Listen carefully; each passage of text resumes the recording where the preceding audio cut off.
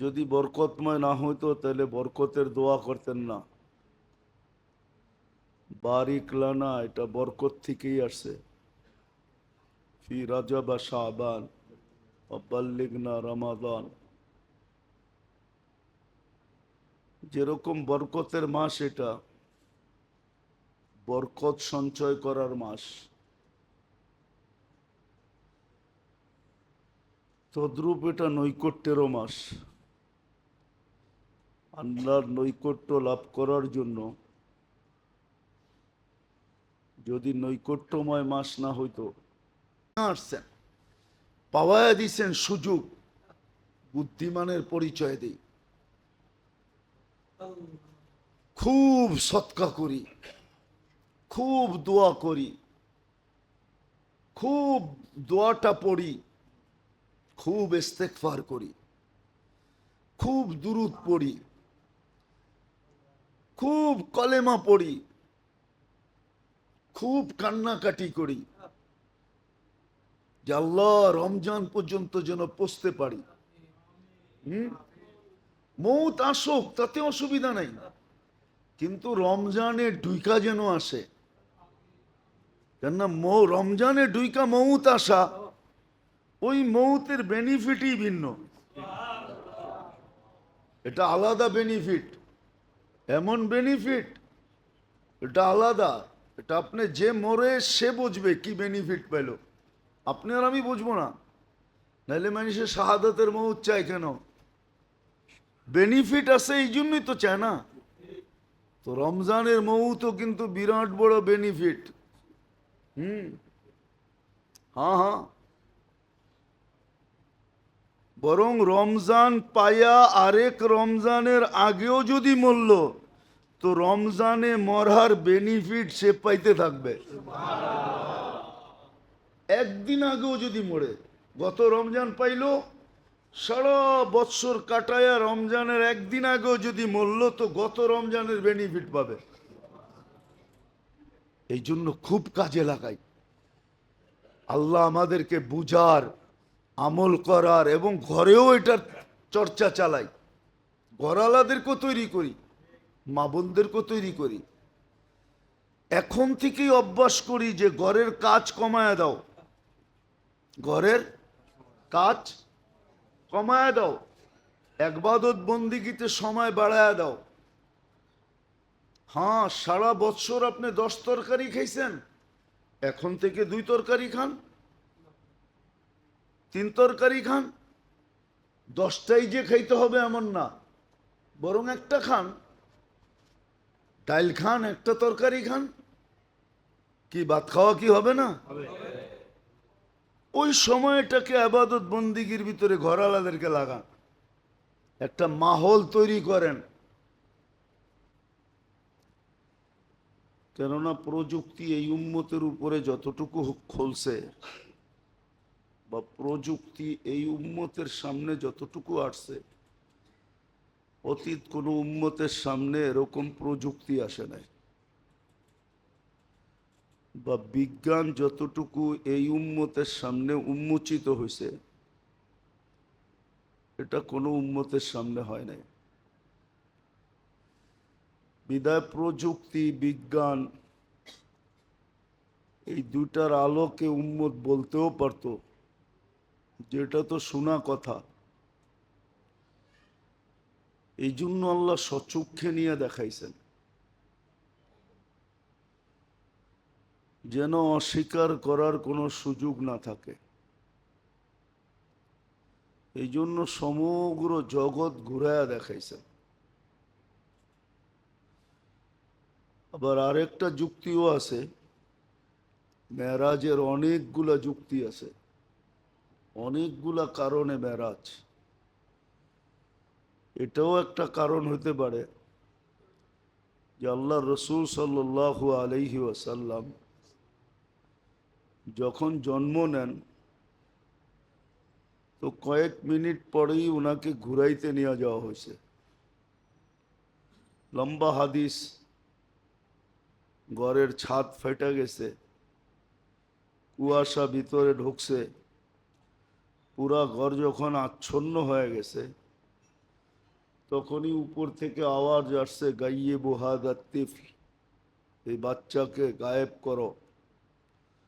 তুফু মাশারিকাল আরদি ওয়া মাগারিবাহা, সমগ্র জগৎ ঘুরায়া নিয়ে আসো।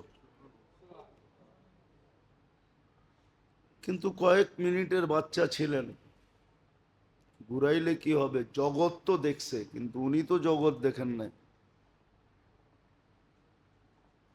আর কিতাবের ভিতরে এটাই পাওয়া যায় যে হাত্তা ইয়ালামাল খালকা বিইসমিহি ওয়া নাতিহি ওয়া সূরাতিহি, কোন সৃষ্টি যেন এই কথা না বলতে পারে যে আমরা ওনাকে চিনি না। তো চিনানের জন্য নিয়ে গেছেন, কিন্তু বয়স যখন হয়েছে তো ভিতরে আক্ষেপ ছিল, হতে পারে যে সমগ্র জগৎ তো আমাকে দেখলো, কিন্তু আমি তো সমগ্র জগৎ দেখলাম না। তো আল্লাহ সমগ্র জগৎ দেখাইতে নিয়ে গেছেন। আরো অনেকগুলো কারণ আছে, এর আগেও বলছিলাম মনে হয়, হাঁটি হাঁটি পাপা যখন হাঁটতে শিখতেছিলেন, তো আমেনার মনে আক্ষেপ ছিল যে আব্দুল্লাহ থাকলে আঙ্গুল ধরে হাঁটার গতি বাড়াইতো। বাচ্চা যখন হাঁটতে শুরু করে তখন বাবা সবাইকে দেখাইতে ভালোবাসে যে আমার সন্তান হাঁটতেছে। এটাই চিরাচরিত নিয়ম। আমেনার মনে আক্ষেপ ছিল যে বাবা তো নাই, হাঁটার গতিই বা কে বাড়াবে, আর বাচ্চাকে নিয়ে গর্বেই বা কে, বাবা তো নাই। চাচারা নিজের সন্তান সামলাবে না, একে নিয়ে ঘুরবে। আল্লাহ তখনই প্রতিশ্রুতি দিছিলেন যে একদিন আমি ঘুরাইতে নিয়ে যাব। আর আল্লাহর ঘুরানো যেটা, ওটা তো সুস্পষ্ট, আরশ পর্যন্ত ঘুরাইয়া নিয়ে আসছেন। আরো কারণ ছিল। তো মেরাজ এই জন্য ছিল মেইনলি, এই উম্মত প্রযুক্তি সম্মত হবে, প্রযুক্তি সমৃদ্ধ হবে, এই উম্মত বিজ্ঞান সম্মত হবে। শোনা কথা সব নবীরাই তো বলছেন, জিবরিল আলাইহিস ইসলাম যা শুনাইছেন তাই বলছেন, বা আল্লাহ যা ঢালছেন তাই বলছেন, ওহির মাধ্যমে যা জ্ঞাত ছিলেন ওটাই বলছেন। কিন্তু বন্ধুত্বের পরিচয় দেওয়ার জন্য আল্লাহ সবকিছু, যেমন এটার জবাব দেওয়ার জন্য যেন উম্মত অস্বীকার না করতে পারে যে আমি তো চোখে দেখা আসছি, আবার বন্ধুত্বের পরিচয় দেওয়ার জন্য আল্লাহ মেরাজ পর্যন্ত নিয়ে গেছেন, আরশ পর্যন্ত নিয়ে গেছেন। তো বোঝা গেল এটা নৈকট্যের মাস, আল্লাহর খুব কাছে হওয়ার মাস এটা। প্রশ্ন উঠতে পারে বিজ্ঞানের আলোকে যে এত দূরত্বের রাস্তা এক রাত্রে অতিক্রম হলো, তো হলো কি করে? এটার জবাব সহজ, কোনো কঠিন না। কেননা ওই রাত্র সবকিছু থামায়া দিছে না। আমরা সচরাচর দেখি আমাদের দেশের কর্ণধাররা যখন চলতে থাকে তো একদিকে ট্রাফিকই চলতে থাকে, উনি যেই দিকে যেতে থাকে ওই দিকে ট্রাফিকই চলতে থাকে, বাকি ডাইনে বামের সব ট্রাফিক বন্ধ থাকে। তো দুনিয়ার মানুষ যদি নিজের গতির জন্য ডাইনে বামের সব ট্রাফিক বন্ধ করে দেয়, আর উনি যেই দিকে যেতে থাকে ওই দিকে ট্রাফিক শুধু চালু থাকে, তাহলে আল্লাহ বন্ধুর জন্য করবে না তো করবে না কেন? আল্লাহ এরকম ট্রাফিক বন্ধ করে দিছে। সময়ের সমস্ত ট্রাফিককে বন্ধ করে দিছে, সব কিছুকে লক করে দিছে। লকিং সিস্টেম দুনিয়াতে হাজারো আছে। মানুষ যদি লক করতে পারে তো আল্লাহ কেন পারবে না? তো আল্লাহ সময়ের চাকাকেও লক করে দিছে।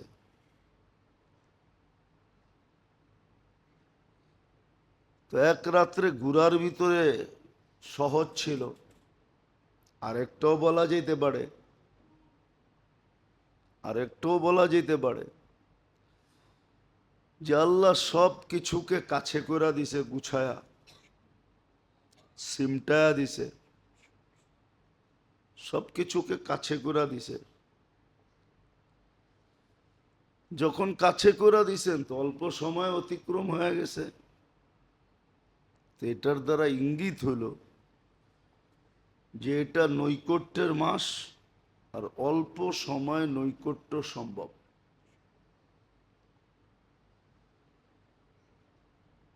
এবং নৈকট্য লাভ হবে কি দ্বারা, এটাও আমাদেরকে জানায় দিছেন। প্রথম তো এটাই ইঙ্গিত দিছেন যে বারিক লানা ফি রজব শাবান। যেমন এই দোয়া কাসরতের সাথে পড়া, এটাও নৈকট্য দিবে। দ্বিতীয় ইঙ্গিত আছে যে দোয়া বেশি বেশি করা, সুযোগ পাইলেই দোয়া করতে থাকা, দোয়ার খুব এহতেমাম করা, দোয়া করা, আল্লাহর কাছে খুব চাওয়া। যেই দোয়া শিখিয়ে দিয়েছেন এটাও পড়তে পারি, আর এটা পড়াও উচিত কাসরতের সাথে। বারিক লানা ফি রজব শাবান, কমসে কম দিনের ভিতরে 5 ওয়াক্ত নামাজের পরে 5 বার পড়া চাই। আবার যদি বেশি পড়তে চায় তো 500 বারও পড়া যায়। 100 বার, কমসে কম 100 বার পড়া চাই। বারিক লানা ফি রজব শাবান ওয়া বাল্লিগনা রমাদান। দ্বিতীয়, বাকি নৈকট্যের যেই তরতিবগুলো আছে, খুব দান খয়রাত করা চাই। কেননা সখী করিবুম মিনাল্লাহ, এটা হাদিসের শব্দ। যে যত বেশি দান করে সে আল্লাহর তত কাছে। কেননা সে আল্লাহর একটা গুণে গুণান্বিত হইল। এই জন্য আল্লাহ এটাকে খুব পছন্দ করেন। কেননা আল্লাহ সমস্ত সৃষ্টিকে পালেন, দানের মাধ্যমেই তো পালেন। দান করেন, দেন, দেওয়ার মাধ্যমেই তো আল্লাহ পালতেছেন।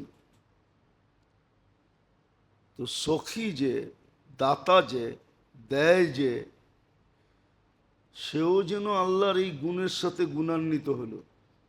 আর অন্য হাদিসে আছে তাখাল্লাকু বি আখলাকিল্লাহ, আল্লাহর গুণে গুণান্বিত হও। আর যে যত বেশি আল্লাহর গুণে গুণান্বিত হবে সে আল্লাহর তত কাছে হবে।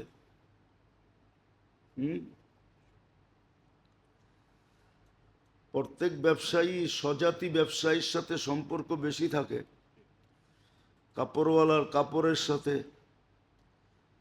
এরকম এক একজন ব্যবসায়ীর এক একজনের সাথে ঘনিষ্ঠতা বেশি থাকে, ঠিক না? যেই লাইনের ব্যবসা ওই লাইনের ব্যবসায়ীর সাথে ঘনিষ্ঠতা থাকে। এমনকি ঘনিষ্ঠতা হইতে হইতে শাদী বিয়া পর্যন্ত হয়। হইতে হইতে বন্ধুত্ব হয়, তারপরে আত্মীয়তা হয়। দুইজন দুইজনের বেডরুমের মানুষ হয়ে যায়। এটাই যুক্তিসঙ্গত। এই মাসে বেশি বেশি সৎকা করা চাই। আর সৎকা যে করে, দাতা যে হয়, সে আল্লাহর কাছে হয়, সখী আল্লাহর কাছে। সখী করিবুম মিনাল্লাহ। আর শুধু আল্লাহর কাছে হয় না, সখী মানুষের কাছেও হয়, মানুষের কাছেও প্রিয় হয়। দানশীলকে মানুষও ভালোবাসে, বখিলকে মানুষও ভালোবাসে না। বাঈদুম মিনান নার, সখী দুজক থেকে অনেক দূরে থাকে, আল্লাহ তাকে অনেক দূরে করে দেয়, এমনকি দুজকের ধোঁয়া পর্যন্ত লাগতে দেয় না। তো রজবের মাস বড় বরকতময় মাস ছিল।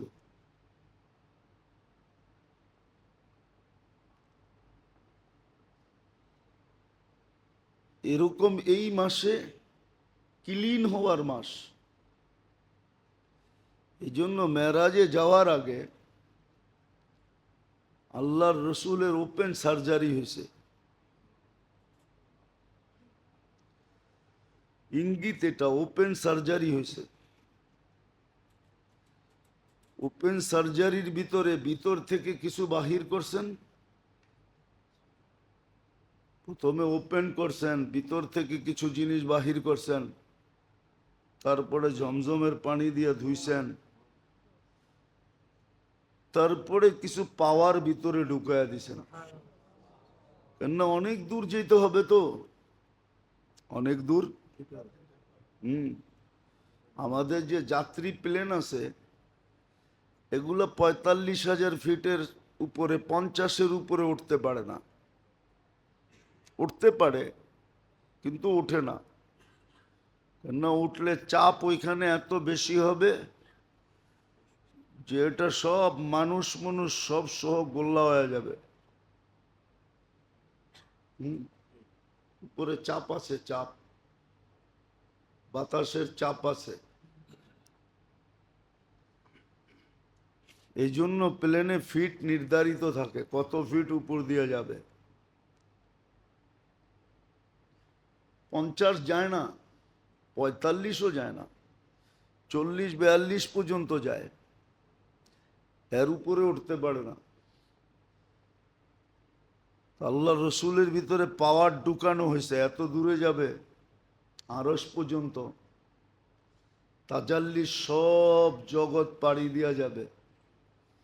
আল্লাহর আরশের চতুর্দিকে নূরের পর্দা, ওইখান থেকেই কিন্তু আলো আসতেছে। যে আমরা আলো দেখতেছি, আলো ওইখান থেকেই, আলোর গোডাউন ওইখানে। এই জন্যই তো আল্লাহ বলছে আল্লাহু নূরুস সামাওয়াতি ওয়াল আরদ। এই জন্য তো আল্লাহ আল্লাহ জিকির করলে ভিতরে আলোকিত হয়, কিন্তু কেউ করে তো না। এতটুকু ভিতরে আলোকিত হয় যে এইখানে বসে জান্নাত দেখা যায়। সব দেখা যায়, সব দেখা যায়। এই জন্য যুবকরা জানে, আপনারা জানেন না, যারা নেট ঘাটে ওরা জানে, ওরা জানে নেটের ভিতরে আছে। এটাকে বলে সমাবিনী, মোমবাতি জ্বালায়া দেখতে থাকা। দেখতে দেখতে দেখতে দেখতে একদিন চোখের ভিতরে এরকম পাওয়ার আসবে যে ও একজনের চোখে চোখ রাইখা দেখবে তো বেহুশ হয়ে যাবে। এটা একটা বিদ্যা আছে, এটার উপরে মোস্তাকেল বই আছে, এটার উপরে মোস্তাকেল বই আছে। মাথা নষ্ট হইলে করে এগুলো আর কি, সাকসেস খুব কম হয়। কখনো কখনো দেখা যায় এগুলো করতে যে পাগল হয়ে যায়, কিনে ওর ভিতরে ফিটনেস নাই। এটি করতে হইলে যে করবে তার ভিতরে ফিটনেস থাকতে হবে। কি তো আল্লাহ আল্লাহ বললে ভিতরে আলোকিত হয়, তখন আঁকস আসে, সব আয়না হয়ে যায়, সব জগৎ ওই আয়নার ভিতরে দেখতে থাকে। যেমন সাহাবী রসুল বলছিল, ইয়া রসুল আল্লাহ, সব দেখতেছি, কয় বলতে থাক, আমি মিলায়া দেখতে থাকি। তো পুরা বলছেন, আল্লাহ রসুল মিলায়া দেখছেন। এমনকি কিয়ামতের মাঠে আল্লাহর আরশ কেমনে আসবে এটা পর্যন্ত বলছেন, কাআন্নী আনজুরু আন্না আরশার রব্বি বারিজা। আল্লাহ রসুল বলছে ঠিক বলছস, ধরে রাখিস, হারায় যেন না যায়। আল্লাহ বলার দ্বারা এটা হয়। যত বেশি মনোযোগ দিয়ে আল্লাহ বলবে, ভিতরটা তত বেশি আলোকিত হবে, অন্ধকার দূর হবে। অন্ধকার দূর হবে, অন্ধকার দূর হবে। বরং যারা আল্লাহ আল্লাহ বলে, অনেকের আর এটা সঠিক ধারণা, আল্লাহ আল্লাহ যেইভাবে বলার ওইভাবে যখন বলতে থাকবে, তো শরীরের ভিতরে যত দূষিত জার্ম আছে, এমনকি এটাও সত্য, একিনের উপরে সবকিছু। আমাদের তো ওই পরিমাণে একিন নাই। বাংলা একটা প্রবাদ বাক্য আছে, একিনে দরিয়া পার। একিনে, শুনছেন কি শোনেন না জানি না, এটা বুড়া বুড়ি বলতো, একিনে দরিয়া পার। একিন করলে দরিও পার হয়ে যাওয়া যায়। আল্লাহ যেরকম বলার এরকম যদি বলে, তাইলে যত জটিল রোগের জীবাণু আছে, জার্ম যেটা ক্যান্সারের, ওটা পর্যন্ত ভালো হয়ে যাবে, ও মরে যাবে, বেঁচে থাকবে না। কিন্তু আল্লাহ ওইভাবে বলা শিখতে হবে। শিখা যদি বলতে পারে, তাহলে ভিতরটা শুধু আলোকিত হবে না, রোগ ব্যাধির জার্ম ওর থেকে দূর হয়ে যাবে। কিন্তু একিন থাকতে হবে, একিন।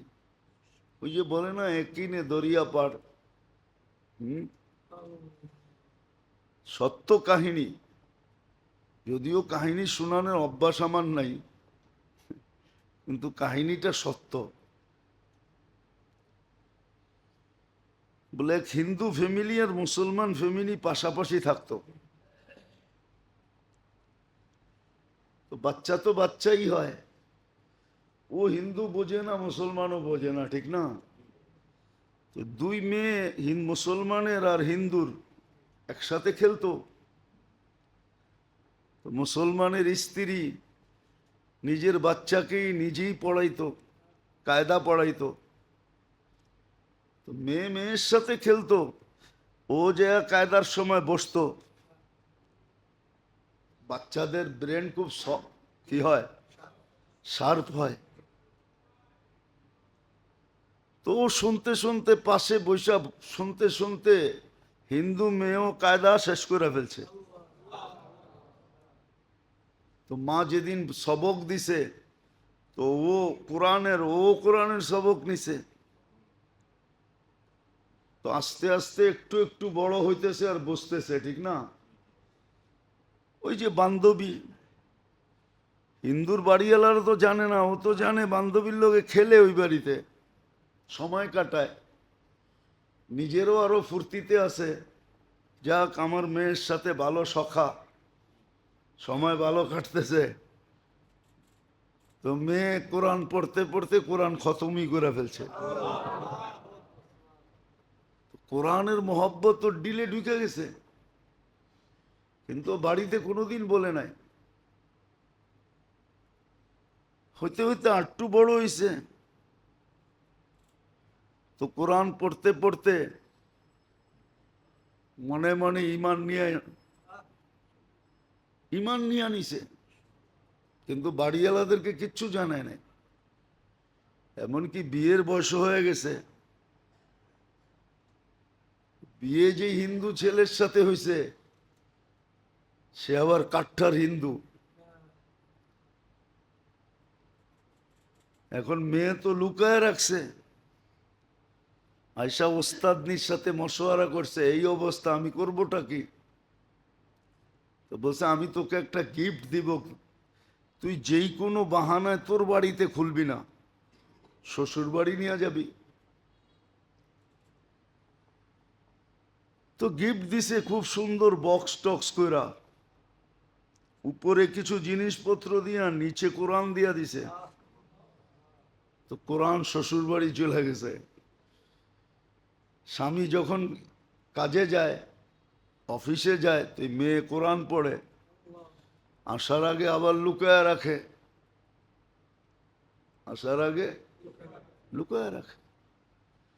দিন যাইতে যাইতে প্রেগনেন্ট হয়ে গেছে, এখন ওর ডাবল চিন্তা বাড়ছে, আমার বাচ্চা হওয়ার পরে কি হবে। এটা তো কলেমা পড়াইতে পারবো না, আল্লাহর কাছে খুব দোয়া করতেছে। তো স্বামী অসুস্থ হয়েছে, টেস্টে বাহির হয়ে আসছে তার ক্যান্সার। স্ত্রীর কাছে কাঁদতে কাঁদতে বলছে, তুমি এত ভালো, রূপে গুণে সর্বাধিক দিয়া, কিন্তু আমি তো কয়েকদিনের মেহমান, তোমাকে হারায় ফেলবো। বলছে কি হয়েছে? ক্যান্সার, ডাক্তার টাইম দিয়া দিছে, আমি এতদিন বাঁচবো। তো মেয়ে বলতেছে যে আমি তোমার চিকিৎসা করতে পারি, কিন্তু আমি যা বলবো তুমি সুস্থ হওয়ার পরে যদি আমাকে মানতে পারো, আমার প্রতিশ্রুতি রক্ষা করতে পারো। মেয়ে ভাবতেছিল এটা আল্লাহরই কোনো কাজ।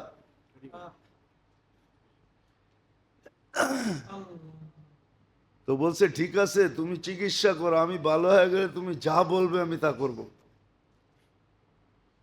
তো মেয়ে ডেলি সূরায়ে ফাতিহা পড়াকে, কেননা ওস্তাদনিকে দেখছে, কেউ আসলে সূরায়ে ফাতিহা পড়া ফু দিয়া দিতেন। তো সূরায়ে ফাতিহা পড়া ফু দেওয়া শুরু করছে। আর সূরায়ে ফাতিহা তো সব রোগের শেফা, আমরা ব্যবহার করতে জানি না। হ্যাঁ, বন্দুক আছে ট্রেনিং নাই, অথবা বন্দুক আছে গুলি নাই, ঠিক না? বন্দুকও নতুন, গুলিও নতুন, আমার ট্রেনিং নাই, তো এটা চলবে কেমনে? আমাদের একিন নাই। তো সে সূরায়ে ফাতিহা পড়া ডেলি স্বামীকে সকাল বিকাল ছাড়তো। তো সে জিজ্ঞেস করতো তুমি ঠিক কি করো? বলছে আমি তোমার চিকিৎসা করতেছি, তুমি আশ্বস্ত থাকো, তুমি ভালো হয়ে যাবে। তো মাস 2 মাস পরে যখন আবার টেস্ট করছে, তো ডাক্তাররা বলে না, তোমার ভিতরে ক্যান্সারের কোনো কিছুই নেই। হয়েছে কিনা এটাও, হয়েছে কিনা এই লক্ষণও নেই। তো সে রিপোর্ট নিয়ে খুশিতে খুশিতে আসছে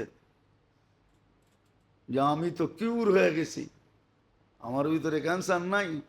তো মেয়ে বলছে তাহলে আমি আজকে যা চাবো এটা পুরা করবে তুমি? বলছে অবশ্যই করব, বলো কি? তুমি মুসলমান হয়ে যাও। পড়ছেনি স্বামী বেজালে। তো বলছে তুমি অঙ্গীকার করছো, কিন্তু এখন স্ত্রী ভালো হইলো যার হাতে, হয়ে গেছে মুসলমান। বলছে এটা বলা যাবে না, আমার বাড়িতেও বললে জব, তোমার বাড়িতে বললেও জব, বিলকুল জব করে ফেলবে। ঠিক আছে আমরা লুকায় রাখি, মুসলমান হয়ে গেলাম আমি। তো আমি চেষ্টা করি, দেখি দেশের বাইরে যাওয়া যায় কিনা। তো সে অ্যাপ্লাই করছে সৌদিতে এক কোম্পানিতে, অ্যাপ্লাই করার সাথে সাথে জব হয়ে গেছে। বাস স্বামী স্ত্রী বাচ্চা নিয়ে সৌদি আরব চলে গেছে। আর ওইখানে এখনো জীবন ওইখানেই কাটাইতেছে, দুজন মুসলমান হয়ে গেছে। তো আসলে একিন থাকলে সত্য, একিন থাকলে। আমাদের লুৎফর রহমান সাহেব রহমতুল্লাহ আলাই ছিলেন, তো ওনার বাড়ি ছিল নোয়াখালী। তো ট্রেনে যেতেন, তো সকালবেলা ট্রেন একটা আছে ফজরের পরে নোয়াখালী যায়।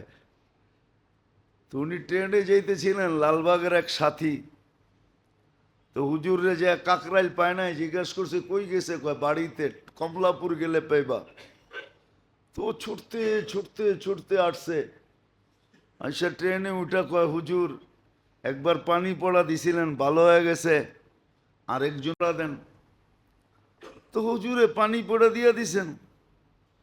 সামনে এক জেনারেল শিক্ষিত ছিল,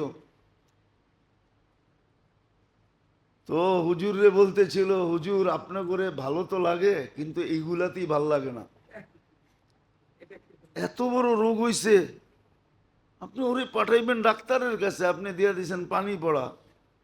তো হুজুর কিচ্ছু কয় না, জোরে একটু বলছে গাদা। যেই গাদা বলছে উনি তো খেপা গেছে, হ্যাঁ আপনি আমার গাদা বললেন। তো হুজুর বলতেছে শোনেন, হুজুর তো খুব হ্যাকমতওয়ালা ছিল, যারা দেখছে ওরা জানে, কথাবার্তা খুবই সুন্দর ছিল, টঙ্গী তর্জমা করতেন, ওনার মতো তর্জমা এখনো কেউ করতে পারে না। হুম। তো হুজুর বললেন যে শুনেন, গয়াকার দয়াকার দুইটা শব্দ বললাম, দুটা অক্ষর বললাম, আপনার পায়ের রক্ত মাথায় উঠলো। যদি বাংলা দুইটা অক্ষরে এত ক্রিয়া থাকতে পারে, এতটুক এফেক্ট হইতে পারেন আপনি, তাইলে আল্লাহর কালামে কি কোনো ক্রিয়া নাই? তো আসলে পরে বলছে লোকটা, ওই গাদায় বলছে যে গয়াকার গা দয়াকার দা, গাদা বলার কারণে আপনি এমন ক্ষিপ্ত হইছেন, এটা তো দুইটা অক্ষর, ঠিক না? আপনি তো আর গাদা না, গাদা নাকি?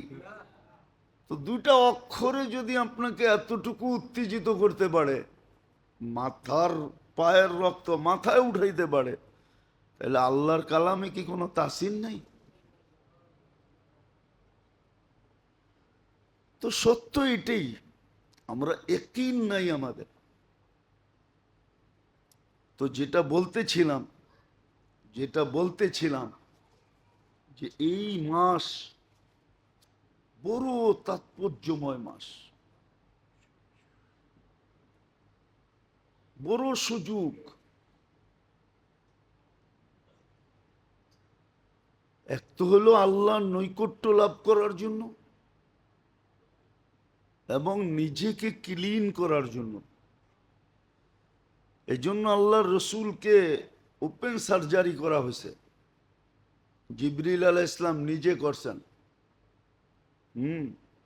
দুনিয়া ওপেন সার্জারি ওইখান থেকেই আসছে, নাহলে দুনিয়াওয়ালারা ওপেন সার্জারি জানতো না। শক্কে সদর যেটাকে বলে, সিনা চাক করা, এটা জিবরিল আলাইহিস সালাম থেকে মানুষ শিখছে, আল্লাহর রসুলের করছেন এই জন্য শিখছে। তো মেরাজের রাত্রে কাবার ভিতরে নিয়া ওপেন সার্জারি করা হয়েছে, কিছু বাহির করছেন, জমজমের পানি দিয়ে ধুইছেন, তারপরে কিছু ঢুকানো হয়েছে।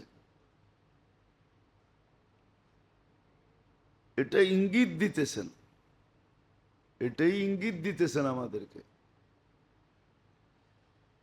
এটাই ইঙ্গিত দিতেছেন আমাদেরকে যে এই মাস ভিতরের পাওয়ার নেওয়ার মাস, ভিতরটাকে আলোকিত করার মাস, ভিতরটাকে আলোকিত করার মাস।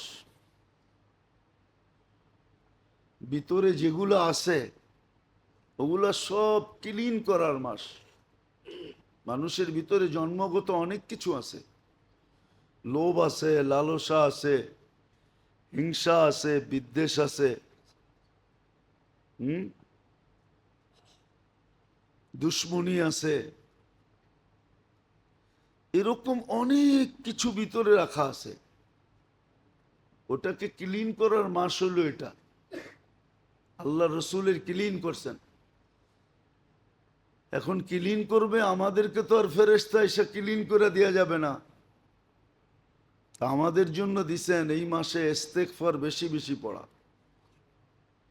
মাত্রা অতীত পড়া, কোনো 100-200 না, কমসে কম 1000 হওয়া চাই, 500-1000 ডেলি, 1000 বার ইস্তেগফার পড়া। ইস্তেগফার পড়া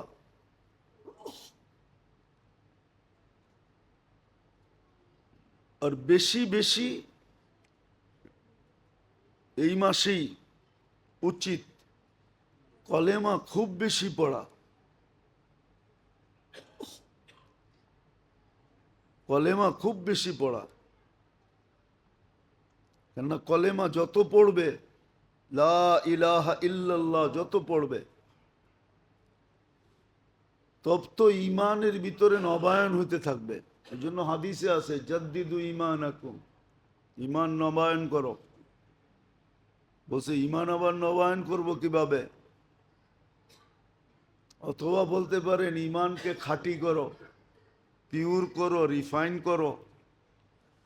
তো যত বেশি লা ইলাহা ইল্লাল্লাহর জিকির করবে, লা ইলাহা ইল্লাল্লাহ পুরাটা একসাথে, পুরাটা একসাথে, লা ইলাহা, লাকে টাইনা বলতে হবে, নাহলে কিন্তু অর্থ চেঞ্জ হয়ে যাবে। যত বেশি পড়বে তত বেশি ইমান নিখুঁত হইতে থাকবে, নবায়ন হইতে থাকবে, চকচকে হইতে থাকবে। কালেমা বেশি পড়া চাই, ইস্তেগফার খুব কাসরতের সাথে পড়া চাই, কলেমা খুব বেশি বেশি পড়া চাই। তদ্রূপ দুরুদ বেশি বেশি পড়া চাই, দুরুদ যত বেশি পড়া যায়। সময় আছে, কিন্তু আমরা কাজে লাগাই না। আপনি বলবেন আমি তো কাজ করি, আপনি দেখবেন অভ্যাস করেন, কাজের ভিতর দিয়েও হয়ে যাবে, হাজারো হাজারো বার হয়ে যাবে। কেননা মুখ তো আর কাজ করে না। কি সবাইকে গুলিস্তানে বেচে নাকি? যে 50 টাকা 50 টাকা, 100 টাকা 100 টাকা, কি বুঝলাম? ওইখানে যারা বেচে ওরা নিলে সময় পায় না, 100 টাকা 150 টাকা যেটা নিবেন 100 টাকা, ও বলতে বলতে সময় পায় না। বাকিরা কি করে? ইচ্ছা করলে ও পায়, ইচ্ছার উপরে নির্ভর। আর প্রথম তো যেটা বললাম, বেশি বেশি সৎকা করা। তো এটা নৈকট্যের মাস ছিলেন, মেরাজের মাস। মেরাজ আমাদেরকে এগুলোই ইঙ্গিত দেয় যে এই মাসটা কতটুকু তাৎপর্যময়, কতটুকু গুরুত্বপূর্ণ, কতটুকু দামি। আবার আরেকটা এটাই, এটা ইবাদত বন্দিগির মাস, নাইলে কোরআন এই ইঙ্গিত দিতেন না। 4 মাস যে হারাম, নিষিদ্ধ 4 মাসের প্রথম মাস হলো রজব। আর এখানে ইঙ্গিত আছে, ফালা তুযালিমু ফীহিন্না আনফুসাকুম। কোরআন বলতেছে যে এই মাসে গুনার কাছে যেও না, এই 4 মাস কমসে কম। যেমন অনেক সময় বলে আল্লাহ জান্নাতে আদম আলাইহিস সালামকে সব খাইতে বলছেন, কিন্তু ফালা তাকরাবা হাদিহিস শাজারা, খালি এইটার কাছে যেও না, বাকি সব খাও, যত মনে চায় খাও, কিন্তু একটার কাছে খালি যেও না। আল্লাহ বলে 8 মাস করো, করো, আপত্তি নেই, কিন্তু 4 মাস করো না, 4 মাস গুনাহ করো না। আমরা আসলে বলি যে সাহাবায়ে কেরামের যুগ ওটা অজ্ঞতার যুগ ছিল, আমরা শিক্ষিত যুগ। মাঝে মাঝে আমরা ভাবি, আবার কে কিভাবে নেন জানি না, মিডিয়ায় কথা চলে যেতেছে। প্লেনে এয়ার হোস্টেস থাকে না, এরা কি কাম করে বলেন না? হ্যাঁ, আমার ঘরেরটাই কি করে? আমার ঘরে যেটা আছে ওটাও তো কাজই করে, ঠিক না? সেও কি করে? সেও কাজ করে, ঠিক না? হ্যাঁ, কি বটন দাবলি এসে জিজ্ঞাসা করে কি চান, ঠিক না? তো প্লেনেরটা শিক্ষিত, আমার বাড়িরটা অশিক্ষিত, এতটুকুই তো পার্থক্য। কি মনে হয় বুঝাইতে পারি না, ভাঙ্গেই বলে দিমু। ওটাও কাজের বুয়া, আমার বাড়িরটাও কাজের বুয়া, ঠিক না? ওটা শিক্ষিত, এটা অশিক্ষিত। ওর স্যালারি একটু বেশি, এটার স্যালারি কম। হ্যাঁ, না না না, কাজের মানুষ আছে না আপনার বাড়িতে? আপনি ওয়াইফকে কেন নিতেছেন? উনি কি কাজের মানুষ নাকি? উনি তো হোম মিনিস্টার, আপনারে আমারে নাকে ধরে চালায়, কানে ধরে চালায়, ঠিক না? মসজিদে বইলা দেখ ভাবতেছেন, বাড়ির যে ভাইবা দেখেন, ওই পাক করে খাও, খবর আছে। উনি তো হোম মিনিস্টার, রানী, ঠিক না? হ্যাঁ, উনি হলেন ফুল রানী। তো যেটা বুঝাইতেছিলাম, আমাদের মানুষগুলো আজকালকাল বলে আমরা শিক্ষিত, আর ওটা অজ্ঞতার যুগ। হ্যাঁ, আমরা হইলাম শিক্ষিত অজ্ঞ, আমরা শিক্ষিত শিক্ষিত জাহেল আমরা। নাইলে ওই যুগেও কিন্তু এই 4 মাস মানুষ গুনাহ করতো না, 4 মাসে মদ খাইতো না, 4 মাসে গান বাজনা হইতো না, 4 মাসে কেউ কাউকে মারতেন না, ঝগড়া বিবাদ করতেন না। হ্যাঁ, বুখারীতে লম্বা হাদিস আছে, হাদিস আব্দে কাইস, আরে না লম্বা, বাহরাইন আলারা আসতে পারতো না আল্লাহ রসুলের কাছে, শুধুই 4 মাস আসতে পারতো।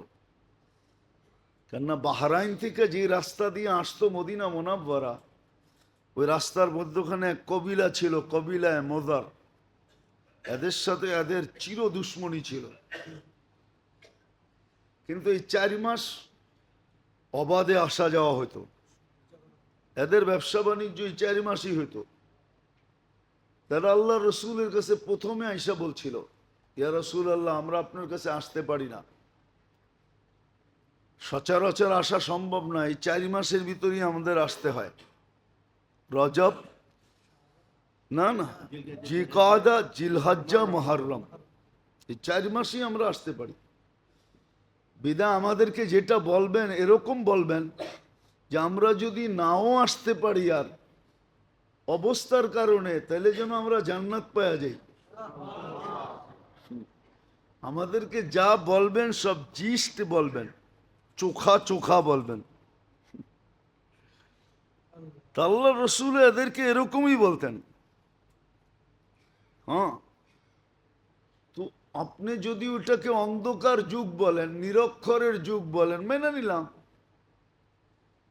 কিন্তু ওরাও অজ্ঞ ছিল, আর বর্তমানে আমরাও অজ্ঞ, কিন্তু ডিফারেন্স কতটুকু, ওরা অশিক্ষিত অজ্ঞ, আমরা শিক্ষিত অজ্ঞ। আমরা কি ওরকম, যেরকম আমার বাড়িরটা যেরকম, বিমান কেন, বড় বড় হোটেলে আছে, ওটাও ওরকমই, একই। কি বললে তো আবার রাগ হয়ে যায় কিনা, জুতার ফ্যাক্টরি যে দিছে ও মুচি, যে আমার মহল্লায় বইয়া শিলায় ও মুচি। ওরে কয় শিল্পপতি, ওরে কয় মুচি, ঠিক না? দুজনে কি করে? কি জুতা বানায় না? না জুতা বানায় না? প্লেনও যে চালায় ও ড্রাইভার, আর রিক্সা যে চালায় ও ড্রাইভার। শব্দ তো একটাই। তো ওই যুগের মানুষগুলা অজ্ঞ ছিল, কিন্তু অশিক্ষিত অজ্ঞ। আর আমরা আজকে অজ্ঞ শিক্ষিত অজ্ঞ, এতটুকু ডিফারেন্স। নাইলে এই 4 মাসে নিষেধ ছিল, আল্লাহর নিষেধ 4 মাস গুনাহ করো না। ফালা তুযালিমু ফীহিন্না আনফুসাকুম ইন্না ইদ্দাতাশ শুহুরি ইনদাল্লাহি 12 শাহরা মিনহা আরবাআতুন হুরুম। তারপরে হুকুম দিছেন এই 4 মাস গুনাহ করো না, 8 মাস করো, 4 মাস করো না,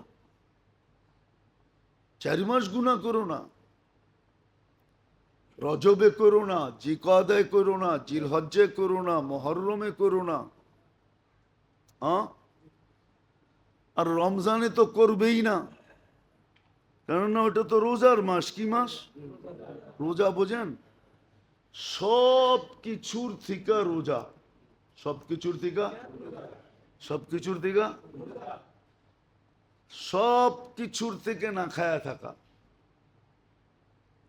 রোজা এটাই, সব কিছুর থেকে রোজা। তো এতটুক নিষেধ ছিল যে 4 মাস গুনাহ করো না। কিন্তু তাকাইলে দেখা যায় এই 4 মাসের ভিতরেই অনেক কিছু আসে, ঠিক না? কি কোন? 4 মাসের ভিতরে অনেক কিছু আসে, যেগুলো আমরা করি, সচরাচর করতেছি, সচরাচর করতেছি আমরা। তো যেটা বুঝেইতেছিলাম, আল্লাহ করুক বুঝে আসুক। এই মাসটা কিন্তু নৈকট্যের মাস, আল্লাহর সাথে সম্পর্ক জোড়ার সবচেয়ে পাওয়ারফুল। অল্প সময় কিন্তু সম্পর্ক, ঘনিষ্ঠতা, বন্ধুত্ব, নৈকট্য এতটুকু হবে যে 1000 না লক্ষ বৎসরে যতটুকু সম্ভব না, এতটুকু এই মাসে সম্ভব।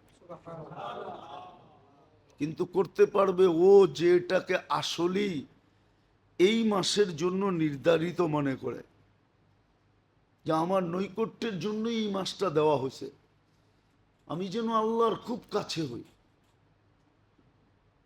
এতটুকু বরকত অর্জন করতে পারি যে শুধু নিজে খাবো না, আমার মাধ্যমে হাজারো মানুষ খাবে, হাজারো মানুষ চলবে, এতটুকু বরকত অর্জন করতে পারে। শুধু ফ্যামিলির না, ইচ্ছা যদি করে, বরকতের মাস এটা, তাহলে এতটুক বরকত আল্লাহর কাছ থেকে ঘনিষ্ঠতার মাধ্যমে নিতে পারে যে সে একা ব্যবহার করবে না। কেননা আল্লাহর উক্তি এটাও আছে, ওয়ালি বারাকাতিলা নিহায়া, আমার বরকতের কোনো সীমা রেখা নেই। হাদিস পুরাটা এরকম, ইদা উতিতু রাদিতু ওয়া ইদা রাদিতু বারাকতু, আমাকে যখন মানা হয় তো আমি রাজি হয়ে যাই, আমি পইটা যাই, পইটা। আল্লাহর জন্য এই শব্দ শোভনীয় না, তারপরেও বলতেছি বুঝানোর জন্য। আল্লাহ বলে আমি রাজি হয়ে যাই, আর আমি যখন রাজি হয়ে যাই বরকতের দরজা খুইলা দিই। আলি বারাকাতিলা নিহায়া, আমার বরকতের কোনো সীমা রেখা নাই। আবার উল্টা হাদিস আছে, ইদা উসিতু গদিবতু, আমার নাফরমানি যখন হয় তো আমি নারাজ হয়ে যাই। ওয়াইদা গদিবতু লাআনতু, আর আমি যখন নারাজ হই তো আমি লানত বর্ষণ করি। ওয়াল্লানাতু তাবলুগু সাবআম মিনাল ওয়ালাদ, ওই লানত 7 জেনারেশন পর্যন্ত ভোগ করতে থাকে। আছে, আপনাদেরকে আমি চোখে আঙ্গুল দিয়ে দেখাইতে পারি, চোখে আঙ্গুল দিয়ে দেখাইতে পারি, আঙ্গুল দিয়ে দেখাইতে পারি। এক সময় আমাদের দেশে, এখন তো জুলুমের ধারা এক এক সময় এক এক রকম থাকে। আগে জমিদারি প্রথার জুলুম ছিল। হুম, জমিদারি প্রথার জুলুম ছিল, প্রজাদের উপরে সেমন জুলুম ছিল, কর না দিতে পারলে, বাকিগুলা বললাম না, বাকিগুলা বললাম না, জুলুম ছিল। হ্যাঁ, বিলুপ্ত হয়ে গেছে। আপনি দেখেন, অধিকাংশ জমিদার ফ্যামিলি দেখবেন আর গুইরা দাঁড়াইতে পারে নাই, আর গুইরা পারে নাই। এই জন্য পরিচয়ও দেয় না। পরিচয় দুই চারটা ছাড়া পরিচয়, নাহলে কিন্তু জমিদার কম ছিল না, জমিদার কম ছিল না, কিন্তু অনেক ছিল। এই জন্য দেখবেন এদের ফ্যামিলির নামও নিশান নাই। যেমন মোগলদের কোনো সন্তান এখন নাই, কোনো সন্তান নাই। কি যারা বলে বুয়া, এগুলা কি? জমিদারের মোগলদের কোনো চশমা চেরাগ নাই, সব মিটতে মিটতে মিটে গেছে। ওই জুলুম 7 জেনারেশন পর্যন্ত আল্লাহ পৌঁছায় দেয়, গজব। আর বরকতের কোনো সীমা রেখা নাই। এই জন্য মেরে দোস্ত, সুযোগ আল্লাহ নিয়ে আসছে। আল্লাহ আমাদেরকে চলারও, বুঝারও, মানারও তৌফিক দান করেন। ওমা আলাইনা ইল্লাল বালা।